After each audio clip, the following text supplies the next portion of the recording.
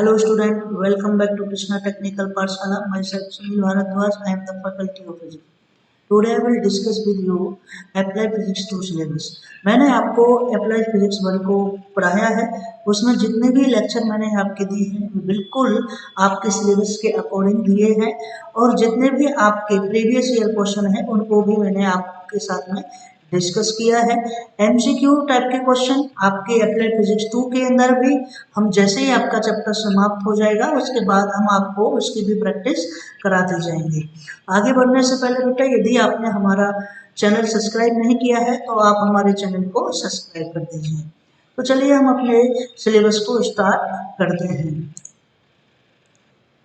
तो आज के इस वीडियो के अंदर मैं आपको कृष्णा टेक्निकल पाठशाला में अप्लाइड फिजिक्स 2 के सिलेबस के बारे में बताने वाला हूं कि किस तरीके का हमारा सिलेबस है। तो चलिए हम अपने सिलेबस को स्टार्ट करते हैं। तो अप्लाइड फिजिक्स 2 के अंदर बेटा wave motion and its application, तो हमारे जो पहली यूनिट है वो है wave motion and its application. हमें इसके अंदर पढ़ना है कि वेव मोशन क्या होती है, transverse and longitudinal waves with example. Transverse waves के बारे में पढ़ना है, लॉन्गिट्यूडनल वेव्स के बारे में पढ़ना है और उनके एग्जांपलों के बारे में भी हमें स्टडी करना है। डेफिनेशन ऑफ वेव वेलोसिटी, ये हमारे पास में वेव वेलोसिटी क्या है, frequency and wavelength and their relationship. तो ये सारी चीज आपने क्लास 11th के अंदर अच्छी तरीके से पढ़ी थी कि आप देखिए आपको पता है कि वेलोसिटी क्या है, तो इसी में क्या कर देना हमें वेव को रिलेटेड करके उसकी वेलोसिटी के बारे में आपसे डिस्कस करेंगे। Frequency and wavelength and their relationship, इसके ऊपर आपके कई सारे प्रॉब्लम हैं जो कि प्रीवियस ईयर के अंदर हमने देखा है।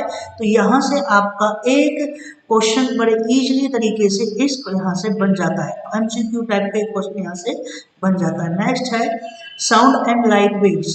साउंड एंड लाइट वेव्स के बारे में आप पढ़ना है एंड देयर प्रॉपर्टीज, उनके प्रॉपर्टीज के बारे में भी डिस्कस करेंगे। Wave equation y equal to R sine omega T, इसके बारे में हमें स्टडी करना है। इसी से हमें कैलकुलेट करना है what is the amplitude, phase and phase difference, principle of superposition of waves and we formation. ये सारा केस हम आपके साथ में डिस्कस करेंगे। आप देखिए इस डायग्राम के माध्यम से आप बिल्कुल समझ सकते हो, दिस इज द वेव। ये क्या चीज है, एक कंटिन्यूअस वेव है। इसके अपर वाले पार्ट को this is the this point and this point is known as crest बोलते हैं एंड लोअर पार्ट के इस वाले पॉइंट को और यहाँ पे जो वेव इस तरीके से बनेगी इसको बोलते हैं ट्रफ। ये हमारे पास में जो मैक्सिमम वैल्यू है इसकी वेव की, इसको बोलते हैं एम्पलीट्यूड। क्या बोलेंगे, एम्पलीट्यूड। और ये इस डायरेक्शन में मूव करिए, इसको कहेंगे direction of propagation of wave. तो ये सारी चीज आपको हम इस वेव के माध्यम से ही इन सभी चीजों को आपके साथ में स्टडी करेंगे। नेक्स्ट है बेटा सिंपल हार्मोनिक मोशन, जिसको हम एसएचएम बोलते हैं। डेफिनेशन इसकी बतानी है। एक्सप्रेशन फॉर डिस्प्लेसमेंट, कि हमारे पास में डिस्प्लेसमेंट क्या होता है वेव का, वेलोसिटी क्या होगी, acceleration, time period, frequency etcetera. बड़ा ही सिंपल कंसेप्ट है यहाँ पे। Simple harmonic progressive wave and energy transfer, study of vibration of cantilever and determination of its time period, free force and resonant vibration with example. This is the content of the unit first, wave motion and its application. इसका एक और part है हमारे पास में जो wave and motion and its application का एक और पार्ट है अकोस्टिक्स ऑफ बिल्डिंग। इसके अंदर हमें पढ़ना है reverberation time, echo, noise, coefficient of absorption of sound, method to control reverberation time and their application, और उसके एप्लीकेशन के बारे में भी पढ़ना है। रिवर्बरेशन एक तरीके का क्या होता है, जैसे हम कोई बिल्डिंग बनाते हैं, जब वहां पर कोई भी आवाज निकालते हैं तो जो साउंड वेव है किसी एक पार्टिकल से या दीवार से टकरा कर वापस आ जाती है, जिसको हम बोलते हैं रिवर्बरेशन। उसी में इको आता है, नॉइस आता है, coefficient of absorption of sound, method to control reverberation time, कि इसमें इसका कौन कौन से मेथड है जिससे हम इनको कंट्रोल कर सकते हैं।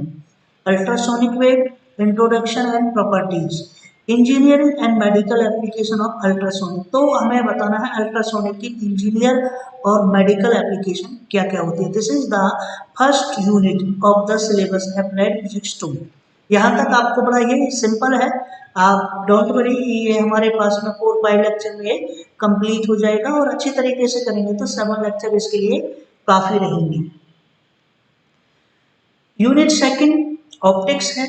ऑप्टिक्स आपने 12th के अंदर पढ़ी है, थोड़ा सा पार्ट उसका आपने 10th स्टैंडर्ड के अंदर पढ़ा है, लेकिन मैं भी आपको बिल्कुल बेटा बेसिक से ही कराऊंगा, डोंट वरी। आपको बिल्कुल आप जीरो से ही हम आपको स्टार्ट करेंगे और आपको एक एक पॉइंट के बारे में अच्छी तरीके से डिस्कस करेंगे।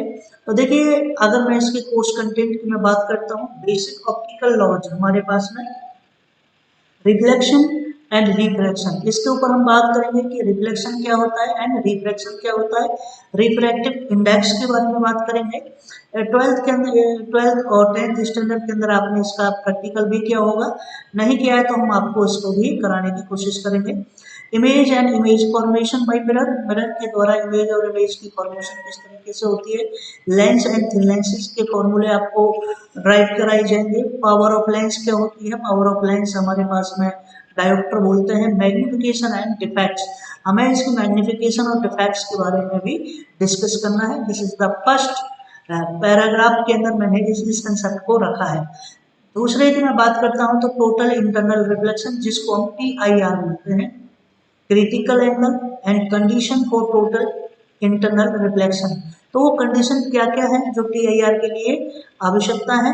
Application of total internal reflection in optical fibre, तो ऑप्टिकल फाइबर के अंदर जो ऑप्टिकल फाइबर है वो based on the principle of TIR।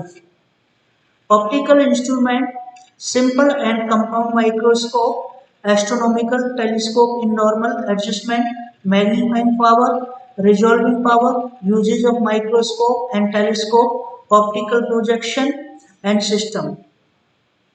This is the part of optics. बात करता हूं मैं अब आपसे थर्ड यूनिट की। Third unit is electrostatics. Electrostatics के बारे में आपने बेटा पढ़ा होगा कि electrostatics is the branch of physics which deals with the study of charge at rest. यहाँ पर चार्ज की बात करेंगे जो कि किस में रहेगा, रेस्ट में रहेगा।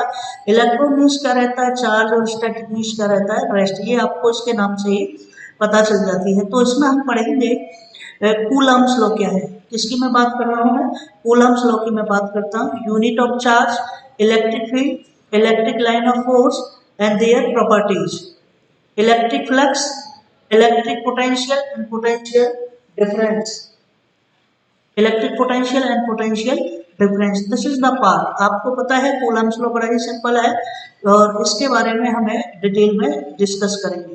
फिर है कूलम्ब्स लॉ के ऊपर ही इलेक्ट्रिक फ्लक्स जो रहेगा, इसमें इसके बेस पर है Gauss law, application of Gauss law to find electric field intensity of a straight charge conductor, plane charge sheet and charge sphere. ये हमारे पास में इसके 3 टॉपिक हैं। इन 3 टॉपिकों को आपके साथ में डिस्कस करेंगे। उससे पहले मैं आपको गॉस लॉ पढ़ाऊंगा, कूलम्ब्स लॉ से गॉस लॉ कैसे बनता है, इन सभी के बारे में मैं आपको डिटेल से समझाऊंगा। नेक्स्ट है बेटा capacitor and it's working. Capacitor क्या होता है और वो किस तरीके से वर्क करता है। Types of capacitor, capacitance and its unit, capacitance of a parallel plate capacitor, कि हमारे पास में कैपेसिटेंस, किसी भी कैपेसिटर का कैपेसिटेंस क्या है उसके बारे में हमें डिस्कस करना है। यहाँ से MCQ टाइप के क्वेश्चन ज्यादा बनते हैं। Capacitance of a parallel plate capacitor, series and parallel combination of capacitor, related numerical, तो यहाँ से हमको न्यूमेरिकल भी आपको कराना है। Dielectric and its effect on capacitance, dielectrics क्या होते हैं और उनके इफेक्टों को भी बताना है कि अगर हम किसी भी डाइलेक्ट्रिक को कैपेसिटर की प्लेट के अंदर रख देते हैं तो वह क्या इफेक्ट होगा। इसका मतलब ये है कि उसका कैपेसिटेंस क्या हो जाता है, इंक्रीज हो जाता है। डाइलेक्ट्रिक को कैपेसिटेंस के बीच में रखने से उसका कैपेसिटेंस क्या हो जाता है, इंक्रीज हो जाता है, डाइलेक्ट्रिक ब्रेकडाउन। तो this is the unit of electrostatics. ये क्या रहेगी हमारे पास में, इलेक्ट्रोस्टैटिक यूनिट रहेगी, यूनिट 3rd। तो ये सारी चीज आपको बेसिक हैं।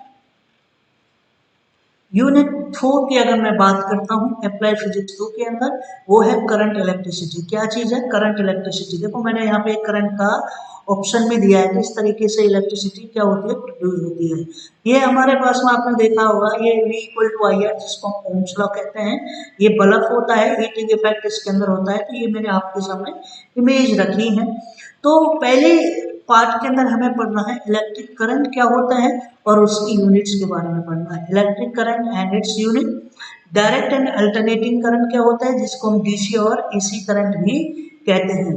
Resistance and its unit. Resistance क्या है और उसकी यूनिट्स के बारे में भी आपके साथ में डिस्कस करना है।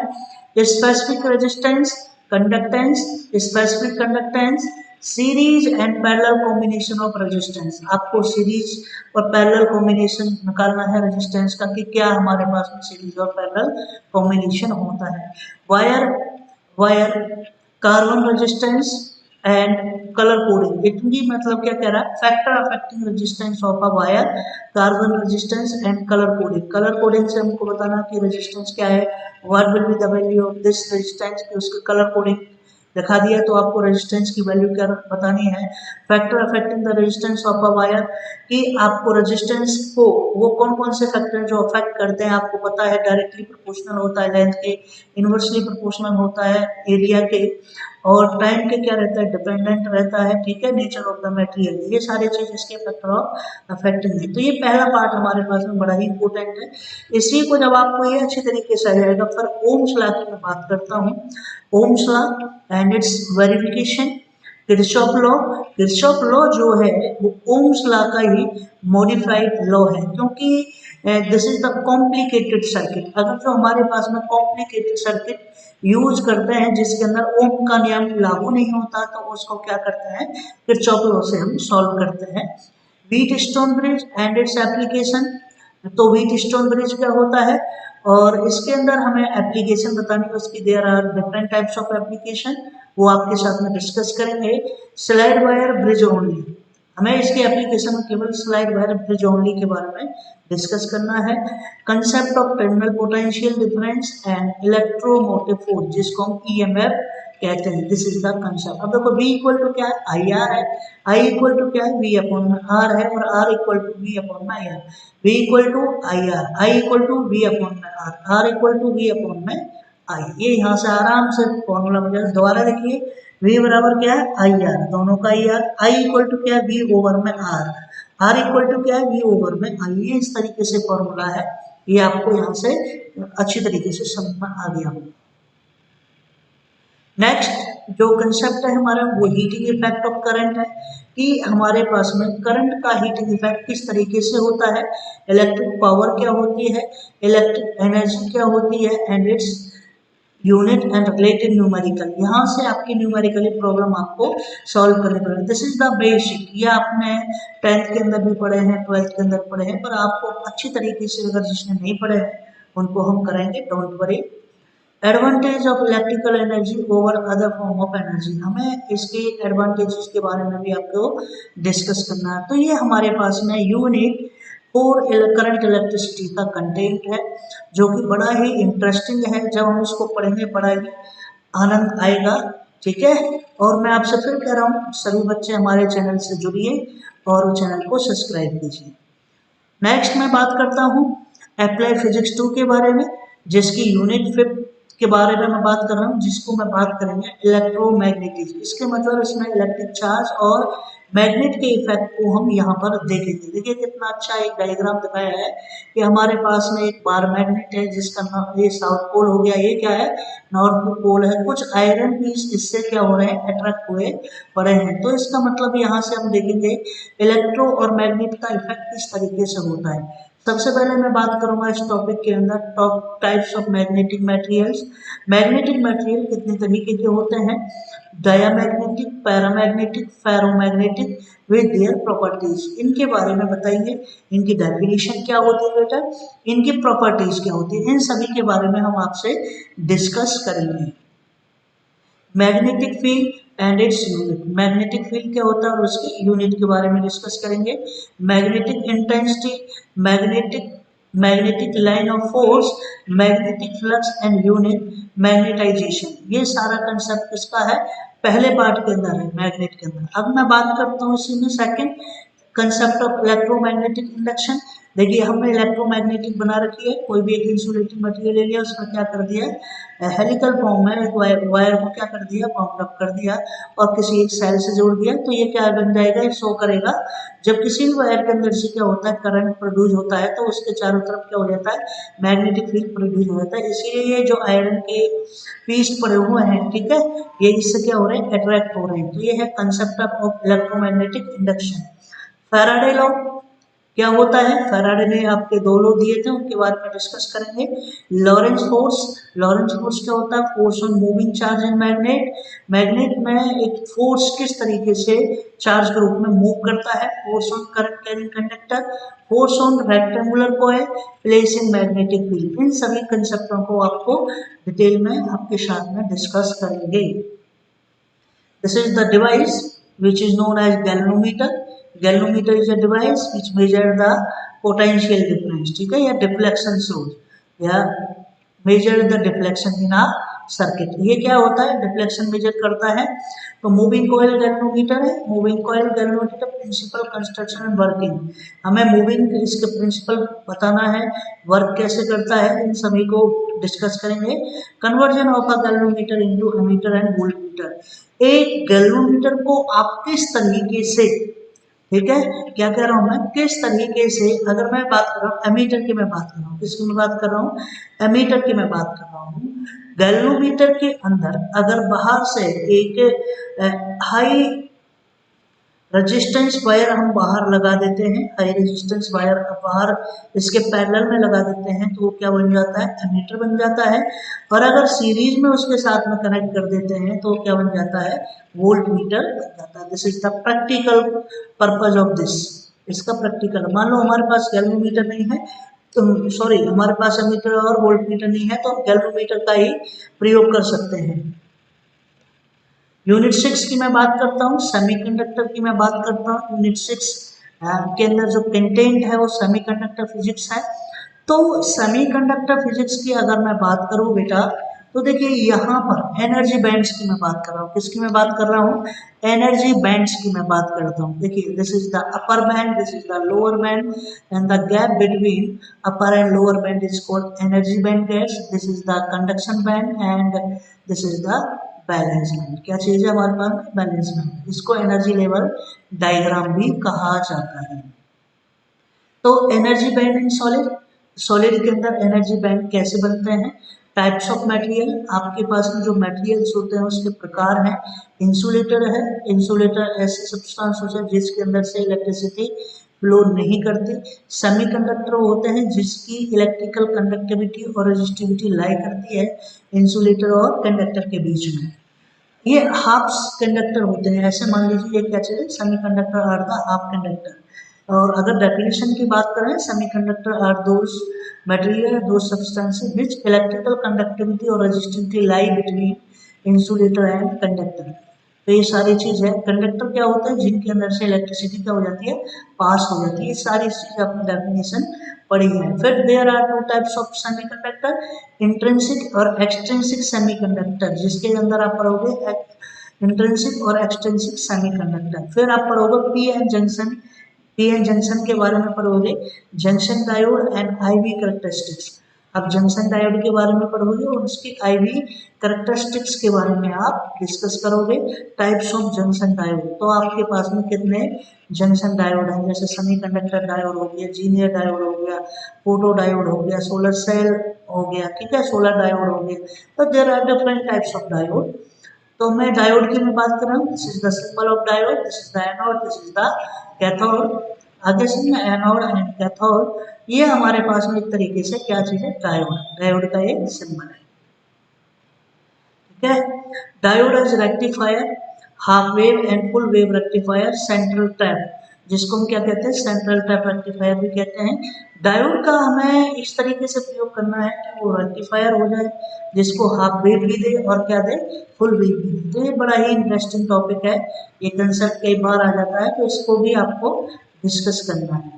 फिर बात आ जाता है कि जब दो डायोडों को बैक टू बैक कनेक्ट कर देते हैं, जब दो डायोडों को बैक टू बैक कनेक्ट कर देते हैं, तो एक नई फॉर्मेशन बनकर आती है, जिसको क्या कह देते हैं, ट्रांजिस्टर कह देते हैं। क्या कह देते हैं, ट्रांजिस्टर कह देते हैं। इसको क्या कहेंगे, transistor. Description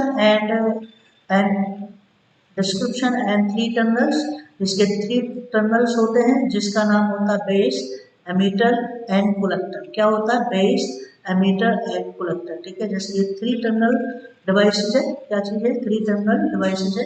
types, there are two types of PN junction, PNP दो तरीके के होते हैं, पीएनपी और एनपीएन ट्रांजिस्टर, ठीक है। क्या है, पीएनपी और एनपीएन ट्रांजिस्टर। सम इलेक्ट्रॉनिक एप्लीकेशन, लिस्ट ओनली, केवल हमें उन इलेक्ट्रॉनिक एप्लीकेशन की क्या देनी है, लिस्ट प्रोवाइड करनी है, बाकी और कुछ नहीं। फोटोसेल क्या होता है, solar cell. Photocell, what is the main difference between photocell and solar cell, ये एक बड़ा ही इंटरेस्टिंग क्वेश्चन है, थोड़ा मैं बता देता हूँ।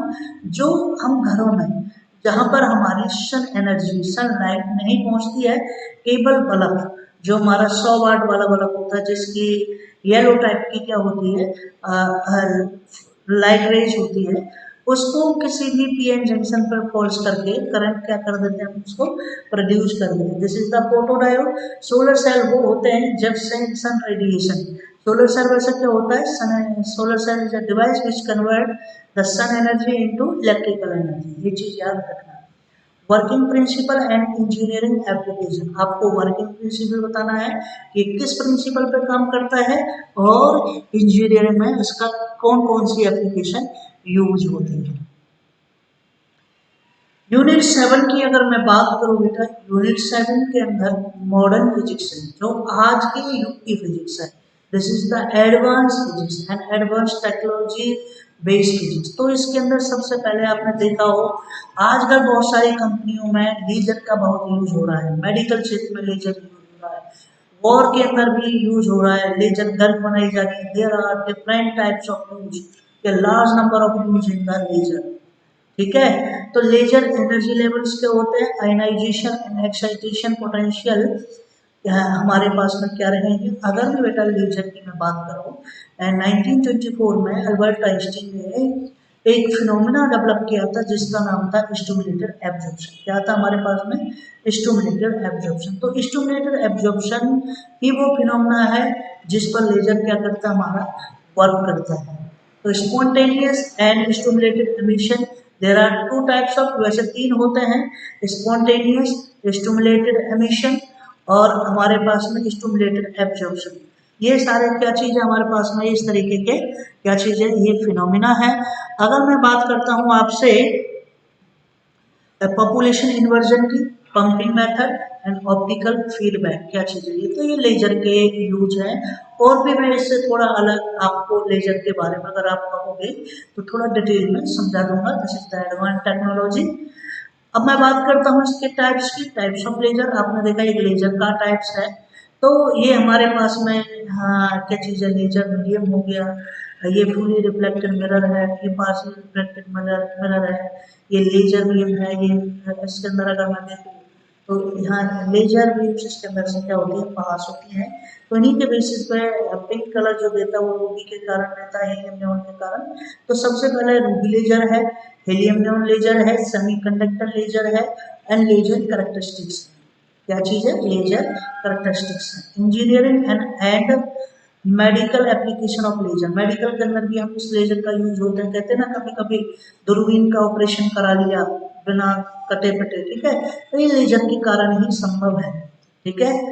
उसके बाद में मैं बात कर देता हूँ ऑप्टिकल फाइबर की, मैं बात कर रहा हूँ। देखिए ऑप्टिकल फाइबर है इस तरीके से, इसको आउटर जैकेट कहा गया है, ये स्ट्रैंड मेंबर है, ये हमारे पास में क्या चीज़ है, कोटिंग की हुई है, क्लेडिंग हुई है, और इस तरीके से ये हमारे पास में इस तरीके से डायग्राम दिया है जिसको हम कहते हैं ऑप्टिकल फाइबर ऑप्टिक्स की मैं बात कर रहा हूँ। Introduction to optical fibre, light propagation, acceptance angle and numerical aperture. Fibre types क्या है कि फाइबर कितने प्रकार के होते हैं, एप्लीकेशन क्या होती है, application in telecommunication, medical and sensor. तो ये ऑप्टिकल फाइबर का बड़ा ही यूज है, टेलीकम्युनिकेशन के अंदर ऑप्टिकल फाइबर बहुत ज़्यादा लार्ज पैमाने पे यूज हो रही है, मेडिकल के अंदर हम इसका यूज कर रहे हैं, सेंसरों में हम इसका क्या कर रहे हैं, इन सभी का यूज कर रहे हैं।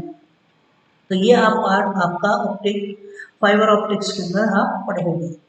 नेक्स्ट है हमारे पास में जो लेटेस्ट टेक्नोलॉजी चल रही है, वैसे तो देखा जाए बहुत ओल्डेस्ट फिजिक्स है जिसको हम नैनो साइंस कहते हैं, लेकिन आज के ज़माने में सबसे ज़्यादा जितने भी आपके इलेक्ट्रॉनिक्स के अंदर इंटीग्रेटेड सर्किट बन रहे हैं सभी डिपेंड ऑन दिस नैनो की बात कर रहे हैं। नैनो के अंदर ही हम इसके अंदर बात करते हैं किस तरीके से नैनो साइंस के बारे में मैं आपको बताऊंगा, नैनो टेक्नोलॉजी के बारे में बताऊंगा कि ये टेक्नोलॉजी कैसे डेवलप हो कैसे काम करती है, इंट्रोडक्शन के बारे में बताऊंगा कि ये कहाँ से आई, इसके बारे में ब्रीफ लेक्चर बनाऊंगा, nano particles and nano materials की बात करूंगा, properties at nano scale, nano technology based devices and application, this is the part of ये टोटली इन सभी को मिलाकर के क्या बन जाती है मॉडर्न फिजिक्स। क्या बन जाती है बेटा मॉडर्न फिजिक्स हमारी बन जाती है।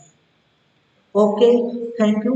आज की इस वीडियो में मैंने आपको केवल अप्लाइड फिजिक्स 2 के सिलेबस के बारे में डिस्कस किया है, फिर हम अब इसके लेक्चर हम कंटिन्यूस फॉर्म में हम आपको लेक्चर प्रोवाइड करेंगे। तो सारे